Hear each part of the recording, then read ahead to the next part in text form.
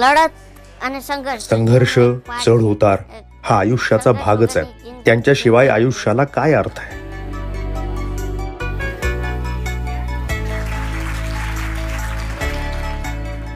माझं नाव गणेश बारिया. माझी उंची 3 फूट आहे आणि वजन 20 किलो. मी माझं MBBS पूर्ण केलंय आणि मी सध्या भावनगर मधल्या सिव्हिल हॉस्पिटलमध्ये मेडिकल ऑफिसर म्हणून काम करतोय.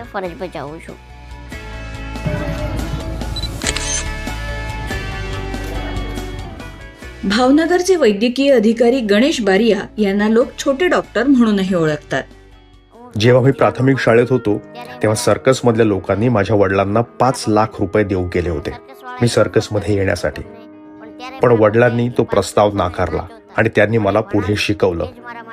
माझ्यासाठी ती मोठी प्रेरणा होती.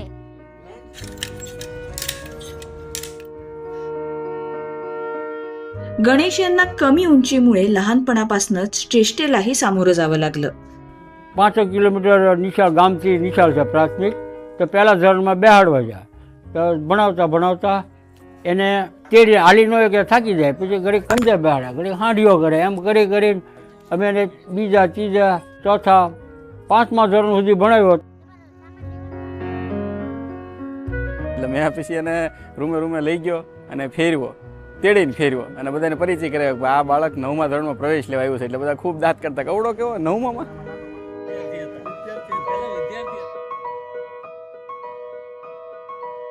वैद्यकीय शिक्षण मिळवण्यासाठी तर गणेशना बराच संघर्ष करावा लागला. 12वी सायन्स आणि त्यानंतर नीटची परीक्षा दिल्यानंतर मी MBBS ला प्रवेश घेतला. पण शारीरिक कमतरतेमुळे मेडिकल काउन्सिल ऑफ इंडियानी माझा अर्ज नाकारला. ते वर्ष होतं 2018.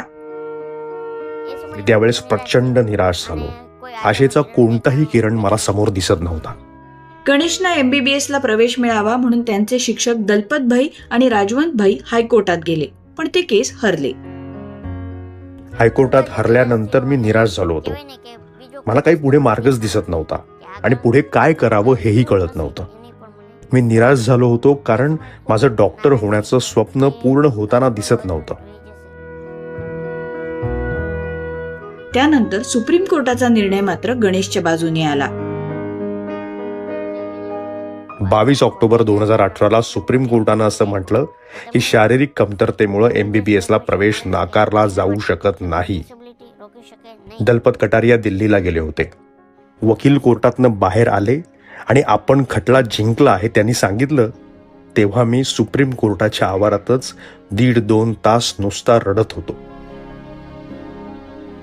भावनगरच्या ज्या कॉलेजमध्ये MBBS ला प्रवेश घेतला होता, आज त्याच कॉलेजमध्ये गणेश मेडिकल ऑफिसर म्हणून काम करतायत. मी जेव्हा हॉस्पिटलमध्ये जातो तेव्हा पेशंटना आश्चर्य वाटतं, पण मग हळूहळू लोक सहकार्य करायला लागतात. माझ्या उंचीचा फायदा म्हणजे छोटी मुलं माझ्याशी खूप छान बोलतात. त्यांच्या छोट्या समस्या ते मला सांगतात, जे ते इतरांना सांगू शकत नाहीत. माझ्यासाठी ही मोठी जमेची बाजू आहे. संघर्षाशिवाय आयुष्य नाही. तुम्ही तुमच्या ध्येयाच्या दिशेनं जात असता. अनेकदा अपयशी झाल्यासारखं वाटतं, पण मला वाटतं की ध्येयाच्या दिशेनं चालत राहणं हेच आयुष्याचं उद्दिष्ट असावं. અને કંઈક પ્રાપ્ત કરવું એ જ આપણું જીવનનું ધ્યેય રાખીએ.